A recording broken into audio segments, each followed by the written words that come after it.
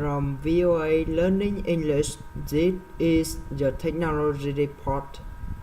The war in the Gaza Strip is being fought as much on the internet as it is on the ground. Some people say the increased use of social media is changing the way people look at the conflict. Palestinian activists recently put a video on the YouTube website. The video shows rescue workers trying to help a Palestinian boy look for his family. Suddenly, the boy is seen lying on the ground. The video claims he was shot by Israeli gunmen. A second police appears to kill him. The video was shared on the social media. Palestinians and Israelis have fought before, but now Palestinians are telling their war stories directly to the world through social media. Lisa Goldman is with the New American Foundation, a non-profit group. She says Israelis have used Twitter for a long time. She says Palestinians on Twitter is a much more recent event. Zerouat Miller has the Jerusalem Front, a pro-Palestinian group. He says that earlier news reports about the Middle East were generally pro-Israel, but he says active social media work by Palestinians is changing how traditional media report the news. The Israeli government understands the power of this new technology. Zesai is the social media director at Israel's embassy in Washington. He warns against thinking that social media truly show how the public feels about issues. There is little scientific evidence to prove how effective social media is in supporting about the conflict between Israel and Gaza. Lisa Goldman says it is important to have news media professionals report from conflict areas.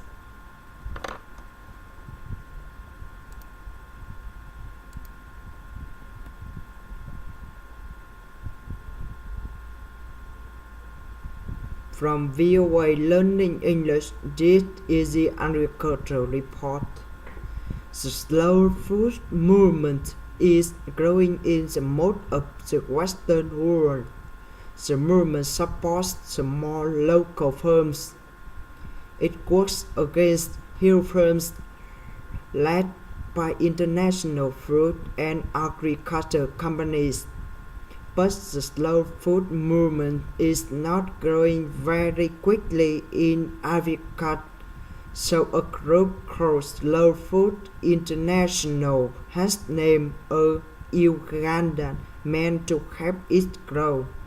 Eddie Mukiti will work to help people in Africa grow healthy food. Slow Food International plans to create 10,000 gardens throughout Africa. Many of the gardens will be in schools. Mr. Mukti says he hopes they will teach young people about the importance of slow food. There is still knowledge about traditional crops and planting seasons in Africa. He hopes the garden project will reconnect young people to the land. Mr. Mukipi was a student of the crop planting science or agronomy. He discovered that crops being planted in Uganda was sometimes not right for the farming environment.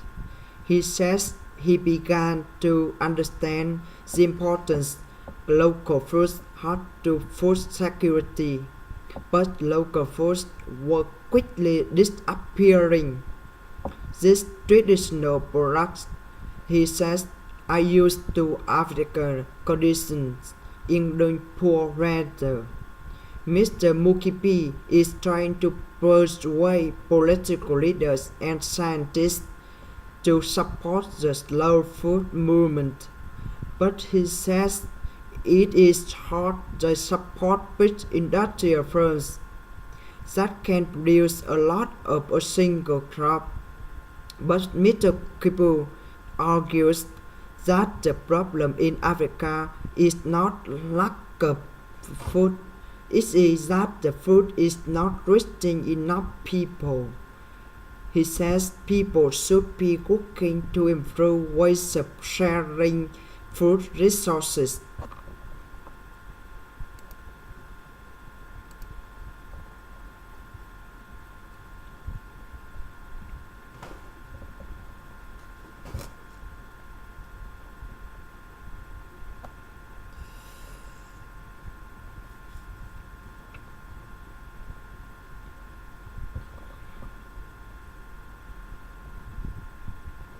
From VOA Learning English, this is a health report. Why do we need sleep? Do our brains turn off for night? Scientists recently discovered that our brains may be just as busy at night as they are during the day. While we sleep, our brains are doing much more than getting ready for the next day. Researchers at the University of Rochester found that the brain may be busy cleaning out harmful waste materials. The researchers studied mice that had colored dye injected into their brains. They observed the brains of the mice as they slept and when they were awake. The researchers say they saw that the brains of sleeping mice were hard at work. Dr. Martin Negard led the study. He says our brains perform two very different jobs. He says when we are awake, our brain is hard at work processing information about our surroundings. But at night, our brain works to remove all the waste that builds up during working the day. The researchers say the waste material includes poisons or toxins responsible for brain disorders such as Alzheimer's disease. They also found that during sleep, the brain cells shrink. This shrinking permits waste to be removed more effectively. The brain's cleaning system could only the study with new amazing technologies and test animals must be alive in order to see the brain process as it happens. Dr. Niedergar says the next step is to look for the process in human brains. She says the research shows how important sleep is to health and fighting disease. The research may also lead to treatments that prevent or help fight neurological disorders.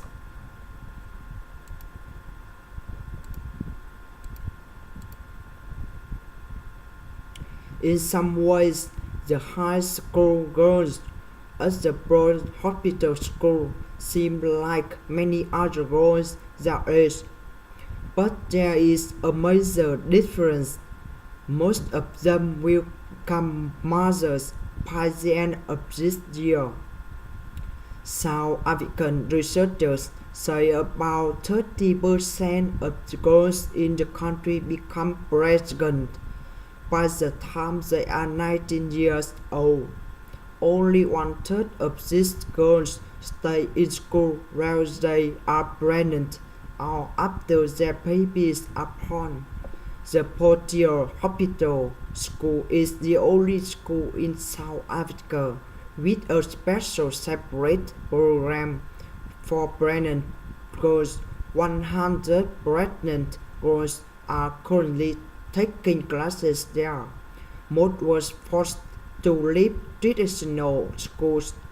Sometimes South African schools expel pregnant girls, although the action violates the law. Many pregnant teenagers never finish their secondary education. More than 30% of high school studies never graduate because of pregnancy. Dory was one student who came close to being in that group. She was expelled from school when she got pregnant. She spent months at home searching for another that would accept her. She arrived at Police Hospital School earlier this year. She says she feels welcome and supported. Rena Vania is the leader of the school. She says the most important goal is to bring the students up to the right educational level and keep them on that path. She also says there are some attendance problems because of pregnancy-related sicknesses. Pretoria Hospital School opened the program for pregnant teenagers in the mid-1980s.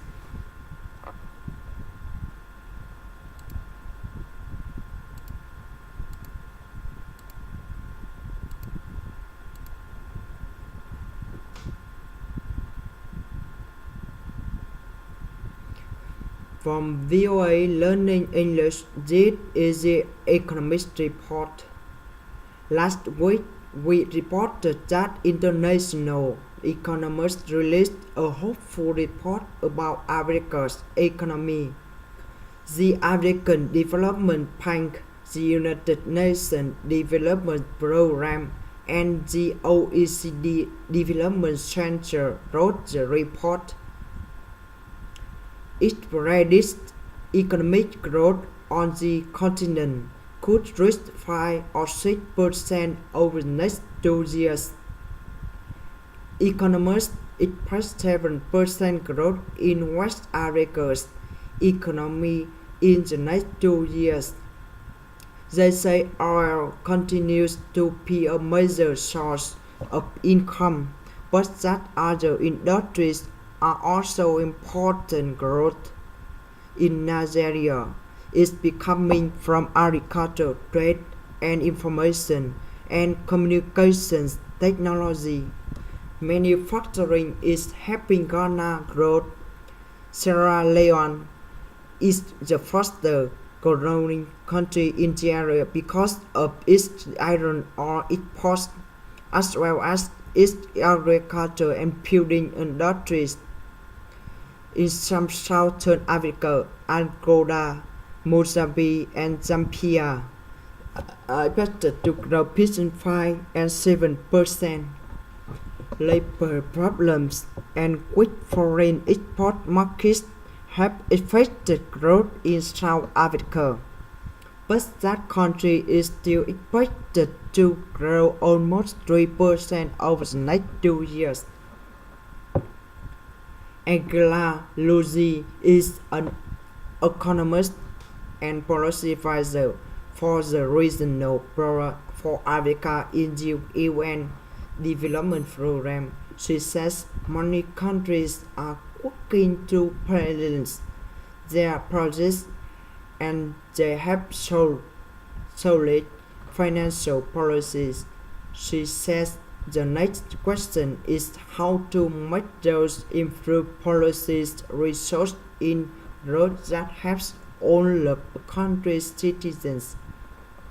She says inequality remains a big problem in Africa. Mr. Susi says it is important to have growth that affects all people and not just one group.